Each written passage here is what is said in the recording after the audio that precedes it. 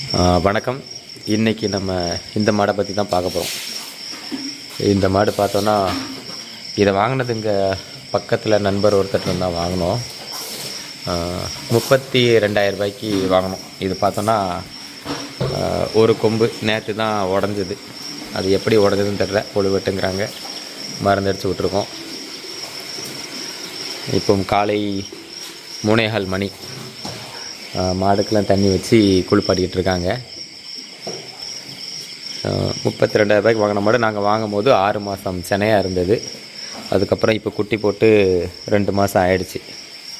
நாங்கள் செனையாக இருக்கும்போது வாங்கும் போதே நான் ஒரு வேளைக்கு 4 லிட்டர் பால் கறந்தது. 6 மாதம் செனையாக இருக்கும்போது இப்போது ஒரு நாளைக்கு 13 லிட்டர் 14 லிட்டர் வரைக்கும் அதிகபட்சம் கறந்துருக்கோம். 7 லிட்ரு 13 லிட்டர் சராசரியாக இப்போ வந்துட்டுருக்கு, குட்டி போட்டு 2 மாதம் கழிச்சு. மாடி பார்த்தா சின்னதாக தான் இருக்கும், ஆனால் ஓரளவுக்கு நல்ல பால் இருக்கக்கூடிய மாடு தான். இந்த மாடு சின்ன மாடு.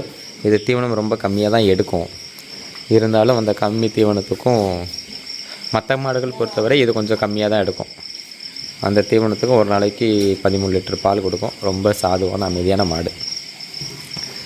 கிட்ட போனாலும் வச்சாலும் ஒன்றும் செய்யாது. ஆனால் அந்த கொம்பு மட்டும்தான் நேற்று எப்படியோ உடஞ்சிடுச்சு.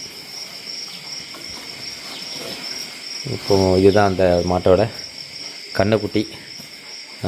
காளை கன்றுக்குட்டி. இது 2 மாத கன்றுக்குட்டி.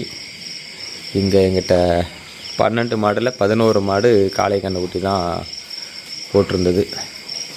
மற்ற மாடுகள் கன்றுக்குட்டியெல்லாம் கொடுத்துட்டோம். இந்த கடைசியாக அந்த 3 மாடு கடைசியாக போட்டது.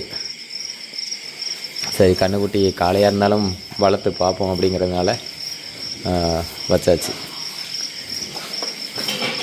இந்த மாட்டோட விலை எப்படி அப்படிங்கிறத, உங்களுக்கு என்ன தோணுது அப்படிங்கிறத உங்கள் கருத்துக்களை கண்டிப்பாக கமெண்ட்டில் சொல்லுங்கள். அடுத்த மாடை பற்றி அடுத்த ஒளிப்பதிவில் பார்ப்போம்.